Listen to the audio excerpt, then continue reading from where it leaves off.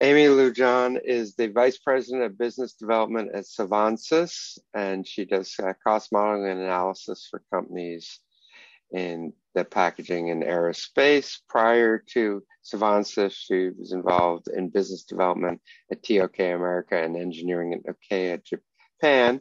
And interestingly, a very interesting thing that I'd love to hear more about, she did have a Fulbright grant to study the cost impact of shifting to lead-free manufacturing. And with that, we welcome Amy. Thank you, Ira. Hello, everybody. Happy to be here talking to you. We are going to shift gears a little bit, and I'm going to spend time talking about cost and yield when it comes to chiplets.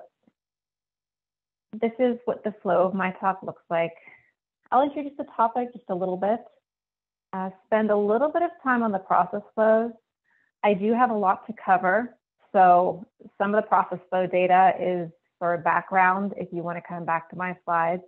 I'm just warning you, I'm going to breeze through that stuff to get to the cost data. So then I'll do a cost breakdown of some process flows, move into an actual cost comparison of the design, spend a bit of time on yield analysis, and then I will summarize. So, you know why we're here. We're talking about chiplets. Presentations before me have hit on the fact that there's a lot to think about if you want to build a chiplet design. Industry standards, or the ones that are missing. Are your chiplets available? What does your size have to be? What is the cost? So there's a lot to consider. I'm going to focus on the last bullet point of cost. And so the thing to keep in mind is that even if your design can be built, the supply chain is ready for you, your size is exactly what your customer needs, that chiplet design is never going to come to fruition if it costs too much. So from the perspective of cost, there's really one basic trade-off to think about when you're comparing monolithic SoC die versus a series of chiplets. Your die costs will go down, your packaging costs will go up. That's really what's at the heart of this. To break this down a little more, the reduction in die cost is going to come from using your expensive advanced nodes only where it's needed, instead of a big old die, which is all at the expensive node or the node that's required for whatever is your most advanced function. So chiplets provide this great opportunity to mix and match advanced and mature nodes. A little data point that I found for you is that a 10 by 10 die at 10 nanometers costs about twice as much as a 10 by 10 die at 28 nanometers. So that's what we're trying to do to reduce those silicon costs, even if packaging gets more expensive. So that's what's going to guide the analysis here. The type of cost modeling that I use is activity-based. This is a very detailed bottom-up approach to cost. You take a process flow, break it down into every step or activity, and then you account for all the different costs of every single activity: time, labor, materials, depreciation, yield. All of these costs are accounted for every step.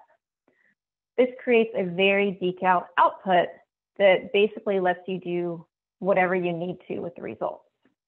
My two little snapshots here is just an example of how you can use results.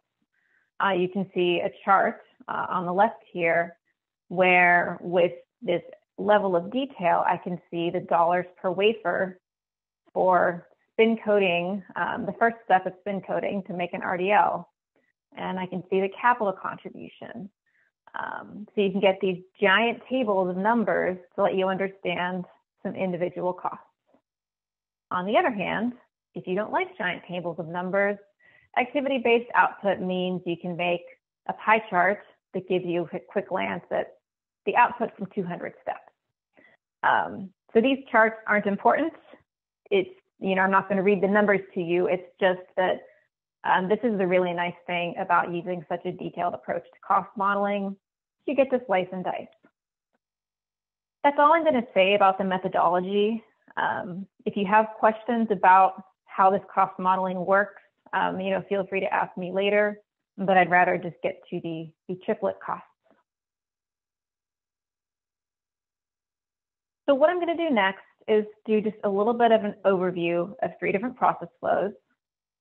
The process flows I'm including here, they're pretty generic.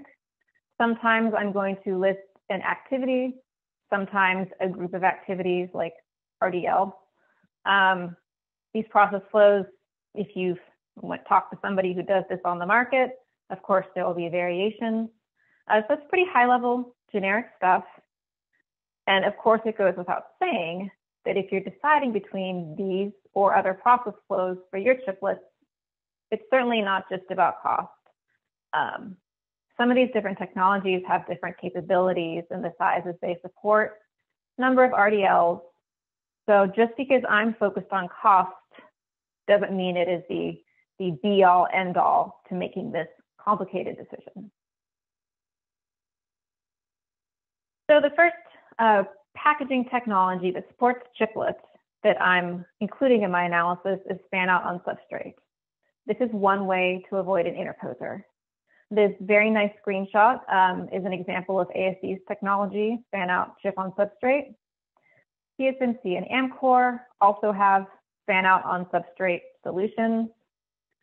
Basically, I would call this fancy fan out instead of standard fan out. This would support HBMs. There's finer lines and spaces. So that's what this technology looks like. From a process flow perspective, you're basically taking a chip last fan out where you build up your carrier and RDLs and you put your chiplets on there and you do your mold. And instead of putting some solder balls on there and sending it off to PCB assembly, you've done these finer line space RDLs and you're going to put micro bumps or copper pillars on the bottom instead of your solder balls. And then you're going to dice it up and your fan out package with your micro bumps is placed on a substrate. And then that substrate will then go on to PC assembly. So it's exactly what it sounds like. It is fan out on a substrate instead of standard fan out.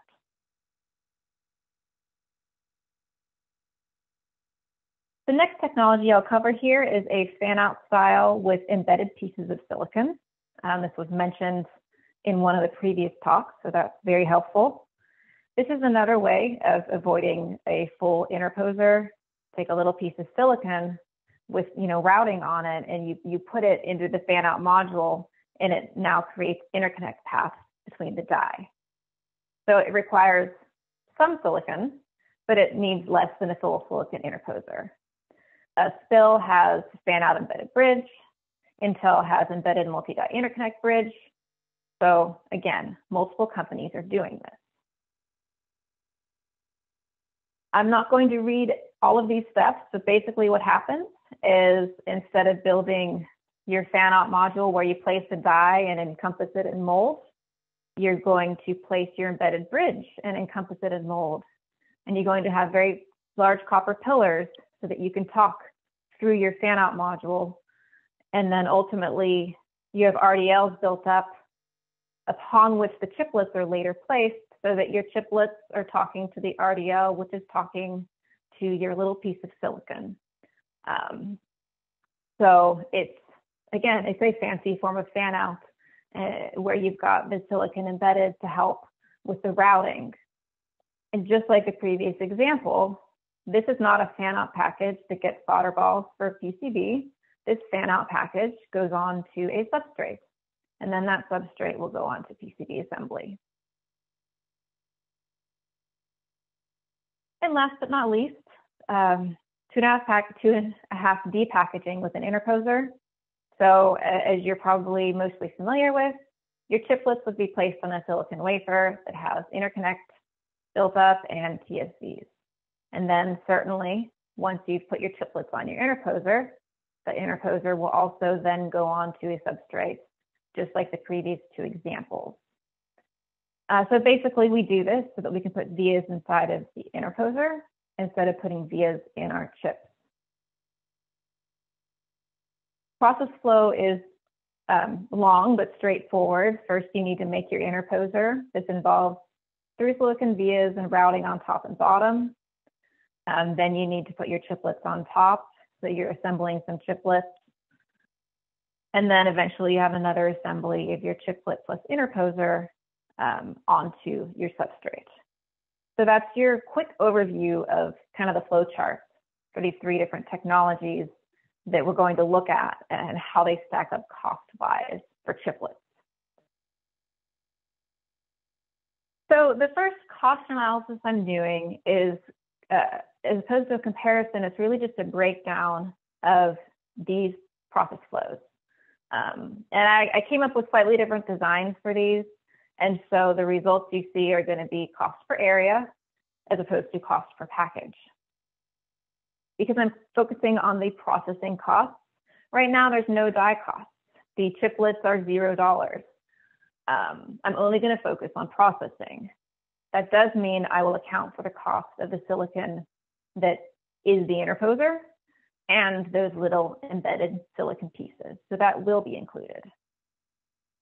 I'm not going to include any overhead, assuming the same labor rate for all of these process flows, so that's not going to cause any differences. I'm even going to assume the same substrate structure. And I'm just going to keep the RDL count low to make it easier on myself. So here's what the designs look like. For fan out on substrate and the silicon bridge style of fan out, I'm taking a 15 by 15 fan out size. The substrate it's placed onto will be 25 by 25. There's 2 die being placed, and there's 1 silicon bridge for that scenario. I'm going to assume there's 2 RDLs for fan out on substrates, but there's only 1 RDL for the silicon bridge scenario because you have that silicon bridge in there acting as routing already. 2.5D case, just a little bigger, the 20 by 20 interposer, 30 by 30 substrate, 1 die, 4 HBMs, and I'm assuming 1 dual Damascene RDL on top and 1 OSAT style RDL on the bottom of that interposer. So here's a chart with a lot of information. I'm going to walk you through each category so you don't have to take it all in right away. But what you're going to see here is these process flows broken down into groups of activities. And these are activities that are similar across the 3 different technologies. So that's how these bars are broken down. And then all I'm charting is the cost per activity. And as I said, this is per area. So try to take it all in, but moving left to right, the first thing that we'll talk about is how does the cost per area compare in this extra material category? Well, this is a pretty easy one. You can see the green bar doesn't exist. Fan out on substrate does not have additional silicon, so that makes sense. It doesn't stack up in this category. Now, you'll see that the fan out with the silicon bridge is showing is more expensive. That's not necessarily going to be true. Well, basically, I had to assign a cost to my incoming silicon wafer that becomes my interposer, and I had to assign a cost to my silicon bridge. Depending on the size of the silicon bridge you need, the complexity, are you buying it from somebody, are you making it? It's really going to be design dependent. So even though in my case, it looks like the cost of the silicon bridge is more expensive per area than the cost of the silicon for an interposer, it's just a choice on my part for saying I'm paying $1 for the silicon bridge my design needs. So this category could really go either way when you're thinking about the cost of bridges versus interposers. This next category, kind of a big one, this is the bulk of the process flow. This is all of the steps that involve the creation of an interposer or the creation of the fan-out module. It's very clear to see that the creation of the interposer, that red bar, is larger than the other 2. Well, creating an interposer is expensive. It's not just a bunch of interconnect RDLs, you've got CSVs in there. So that's pretty definitive and makes sense. The other two fan outs are actually really close. The interesting thing here is that fan out on substrate has 2 RDLs, so that extra RDL is a cost adder. Fan out with silicon bridge only has the 1 RDL, but it has those large copper pillars. So you kind of see a trade-off between an extra RDL or large copper pillars. They're pretty close to each other in this category. Assembling the chiplets to your interposer or your fan out wafer, not a very big cost driver. You can see these are kind of short little stacks. And the cost is pretty much equivalent. That's because all these technologies, it involves the same activities. Bond your chiplets, apply underfill, mold. It doesn't really matter if this is happening on top of an interposer or on top of a fan out wafer. So this is activity dependent as opposed to technology dependent. And last but not least are 2 substrate bars. So assembly to substrate is equivalent. And again, it's exactly what we saw in the previous category. The assembly is going to be the same whether you're assembling chiplets on an interposer to a substrate or chiplets on a fan-out module to a substrate. It's just an assembly activity. It's driven more by area than anything else. So the assembly activity here is still equivalent. The substrate bars, they're almost the same. Technically, you might expect them to be the same because I told you we're using the same structure substrate. I think it's a 424 substrate.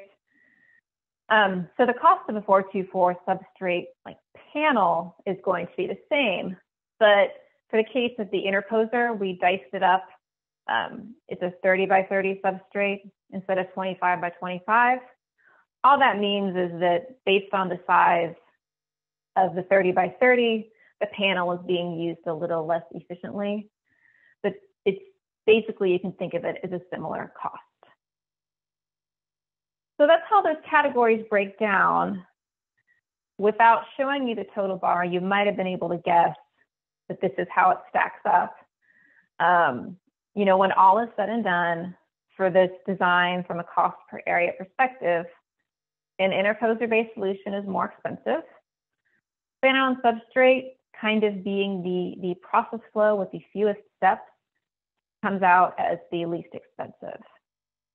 So that's what these, genericized process flows look like, purely from the process flow costs. All right, so now we're going to move on to specific design and not just talk about process costs. So I'm going to remind you that if you're thinking about a monolithic die versus chiplets, reduction in die costs, increase in packaging costs are kind of guiding principle here. Now, this is, I call it, it's a basic trade-off, but it's obviously very complicated. Your die area might change. Your substrate structure or size might change. Advanced packaging scenario might need something different than your single die. Do you need more or fewer layers? How many RDLs? There's a laundry list of questions to answer on the design front. So all of those will ultimately drive cost. Here's the design that I came up with. I'm going to focus on 10 nanometer technology. So I'm going to take a 10 nanometer die and compare it to 4 chiplets. One is 10 nanometer, one is 45, and 2 are from a 28 nanometer node. The node pricing I'm using is based on public data about the cost of wafers at these different nodes. So this is public data, not personal knowledge about node pricing. Keep it simple. I'm going to assume the die area stays the same. Might not always be the case. So we've got 1 20 by 20 die and 4 10 by 10 chiplets. And I'm certainly going to assume a larger substrate is needed for my chiplets. So this is just a graphical representation of what I just said.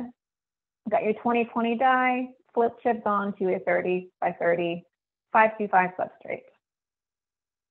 All right, and here we have our little 10 by 10 chiplets they are arranged on a 30 by 30 interposer or fan-out module and a 40 by 40 substrate. I just kind of moved in increments of 10 here. So this is what we're running through the cost models. And here we have our initial results. So across the top, you'll see we're going to start with the monolithic die scenario. It's first in line, and then we have our 3 advanced packaging chiplet scenarios. And I've broken them down into kind of chunks to talk about how the costs stack up. You know, the first takeaway you probably have here is what I had, disappointment. The chiplets are not less expensive. They're showing up as being a little more expensive than the monolithic die scenario, except for with fan out on substrate. All right, so let's think a little bit about what's responsible for this and how these categories why these categories are showing up with the relative numbers that they do. Starting at the top, substrate, you know, from a relative perspective, the substrate is 1.3 times the cost of the substrate for the monolithic die. Well, that one makes sense. I just told you we're assuming a larger substrate. Yes, I can accept this. It's a little bit more expensive.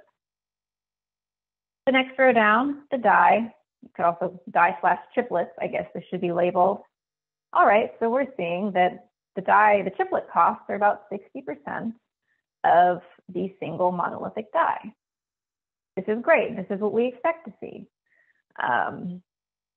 So again, something expected is happening. We have succeeded in reducing our die costs.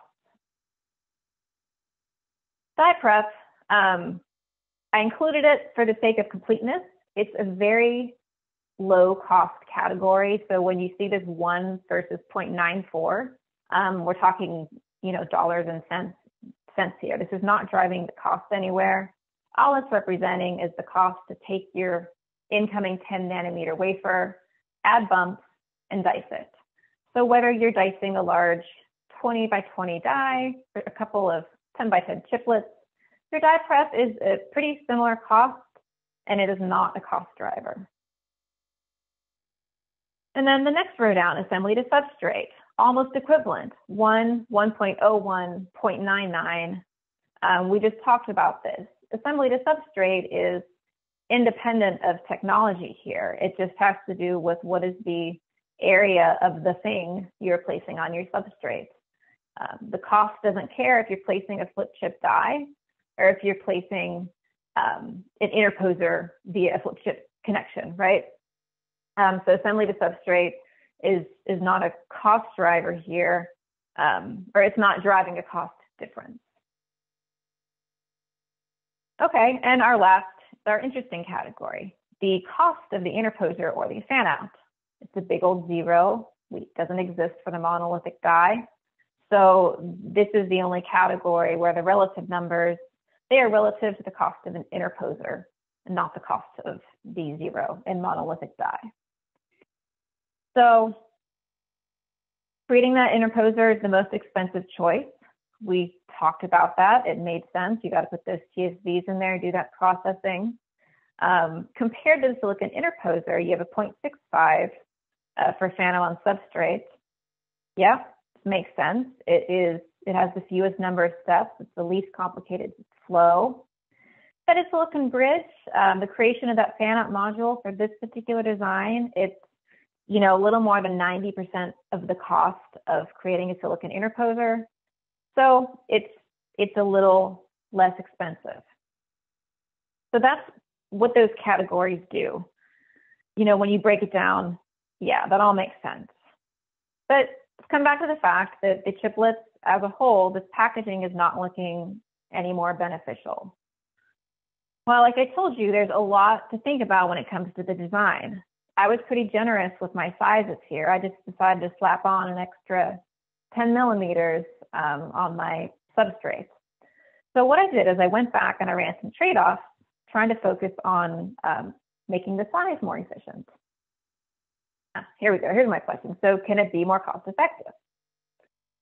And yes, it turns out it can. There's two things that I focused on that were easy changes if the design supports it. So instead of a big old 40 by 40 substrate, let's assume it only has to grow from 30 by 30 in the monolithic die scenario to 35 by 35. And then let's say my interposer doesn't have to go all the way to 30 by 30. A 25 by 25 interposer, a 25 by 25 millimeter fan out can support these chiplets. Making just these two changes, increasing this size efficiency, all three options are now showing up as cost effective compared to my simple flip chip monolithic die. And that was accomplished without going into the really detailed trade-offs of changing RDLs and changing design decisions. So, you know, yay, it's cost effective now. So it's a good illustration in how the design decisions are going to make or break a design using chiplets. All right, I'm running low on time, so I'm going to breeze through yield, which is, you know, yield itself. I could talk about, I could do an entire presentation on it, right? Because there's so much to think about, but we'll keep it down to what I have here. If you think about yield for a minute, when you're thinking of your monolithic die, if you have known good die and known good substrates, which I realize are two big assumptions, but we're going to assume them, you have to think about one yield loss point, placing your good die on the good substrate and introducing defects. If you think about interposer-based chiplets, keeping those assumptions, I have perfect chiplets and I have a perfect substrate, there's 3 yield loss points. Creating the interposer, putting the chiplets on the interposer, putting that stack onto the substrate. So, you know, yield just, there's so much to think about as you get more and more complicated here.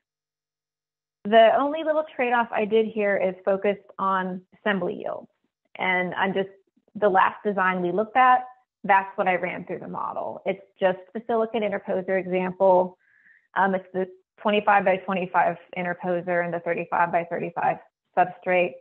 And the chiplets are listed out for your memory. So it's a pretty simple chart. What you're looking at here is the total package cost on the y-axis. And then I just moved the assembly yield from 100% to 90%. And you can see the orange is the monolithic die and the gray is the interposer chiplet scenario. So you could immediately see that the gray slope is sharper. Your cost is going up more quickly with every bit of yield loss because there's 2 assembly yield hits. You're assembling chiplets to interposer, assembling interposer to substrate. So 2 versus 1, 2 more yield losses. So a little bit of yield loss would take away the cost benefit that we managed to find. This is the same data. I just like this chart a little better. It's a different way of looking at it because now what I'm showing you is instead of the total cost of the package on the y-axis, here you see yield loss per package. I like this because it gives you a sense of scale. So we're assembling these things perfectly, 100%, $0. Assembly drops to 95% for chiplets and for the stack process. If I'm only assembling at a 95% yield, I'm seeing about $5 of yield loss per package for this monolithic die. And I'm seeing, you know, almost double that, $8 per package for my interposer scenario. So this is just nice because it gives you a sense of scale with the 2468 and so forth. So that was all well and good, but just don't forget that was like the simplest thing we could do is change assembly yields. What is the yield of creating your interposer fan out?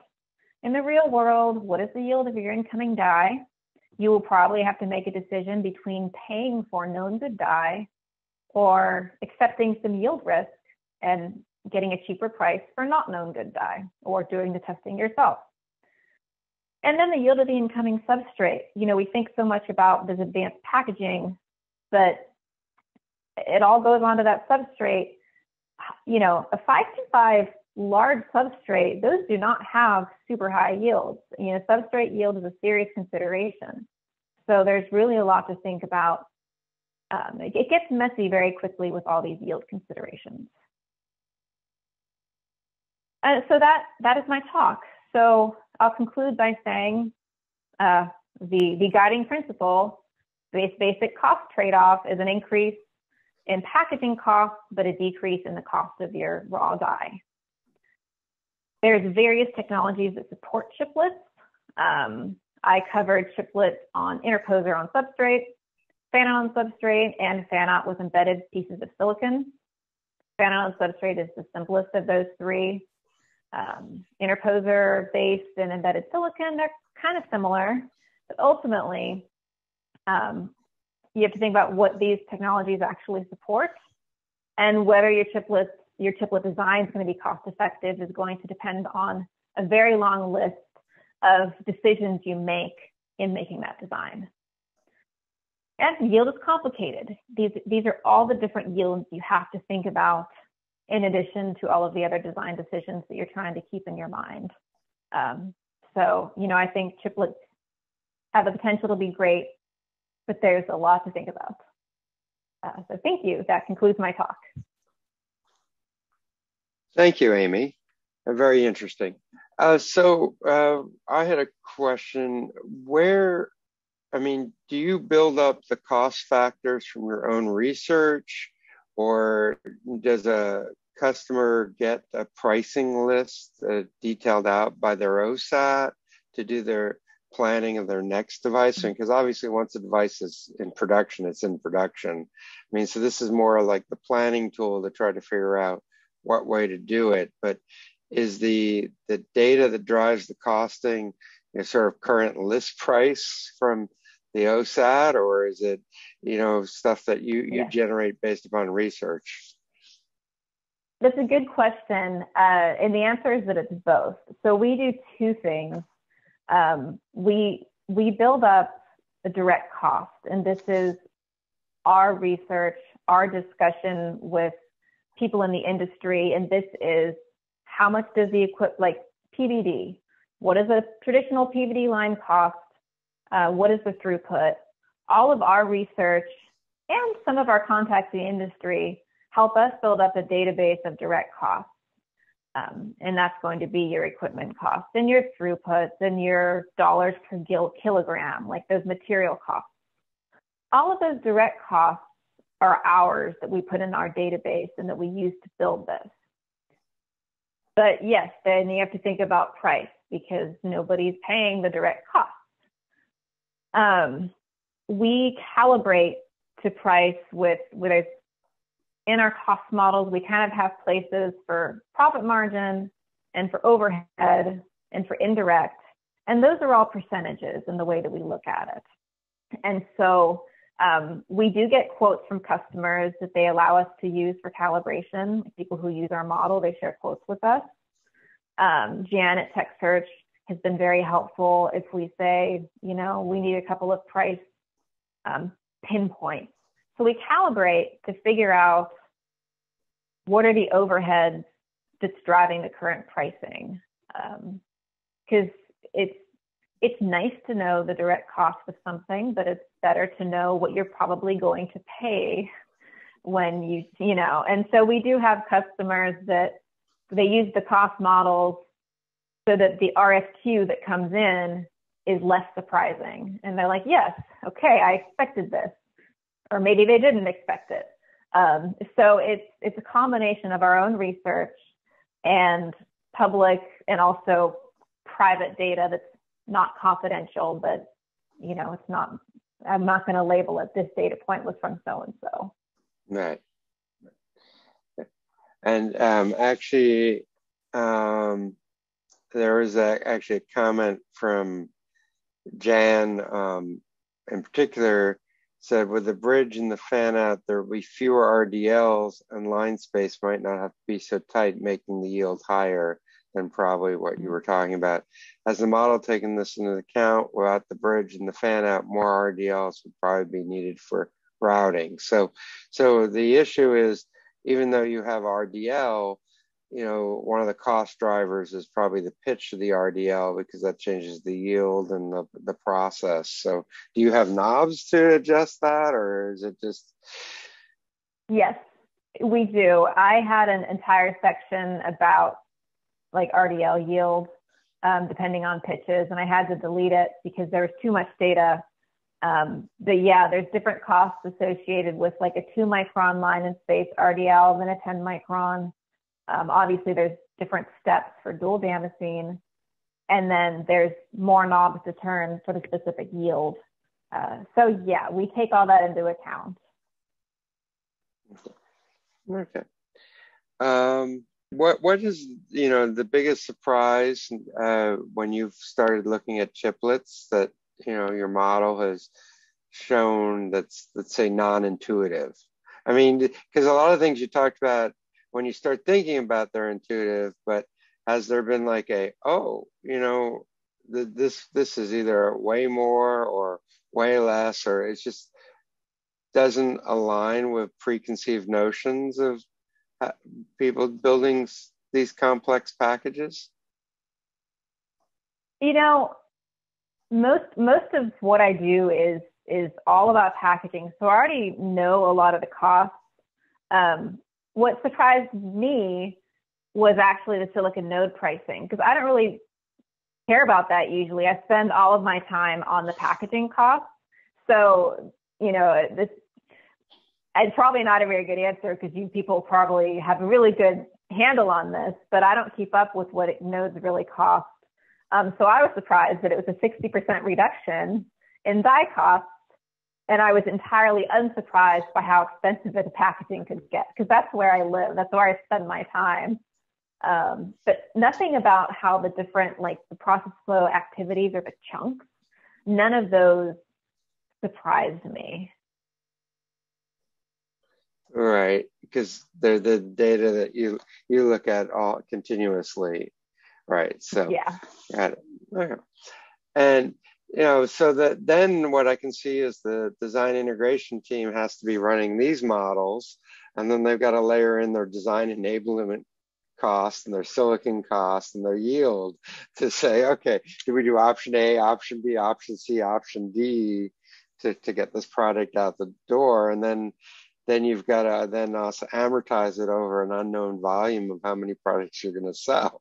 So it is a really complicated set of, let's say, business decisions that are attached to all the technology choices.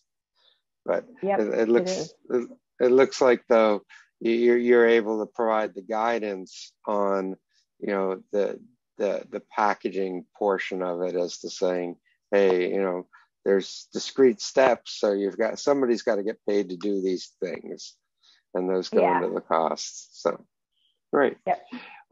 Okay. Thank you very much, Amy. Very informative. Thank you.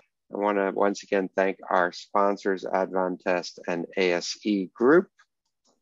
Advantest receiving the highest customer ratings in the annual VLSI Research Customer Satisfaction Survey for 2 consecutive years. And ASE Group, the chiplet era has begun and helping drive the solutions in packaging and test to deliver these advanced packaging technology to make heterogeneous integration a reality. So I thank both the sponsors for making the event possible and free of charge to everyone. And I most importantly thank all of you for spending the time with us. Hopefully you've enjoyed the presentations, and I'd like to thank the presenters once again and wish everybody a good day. Thank you.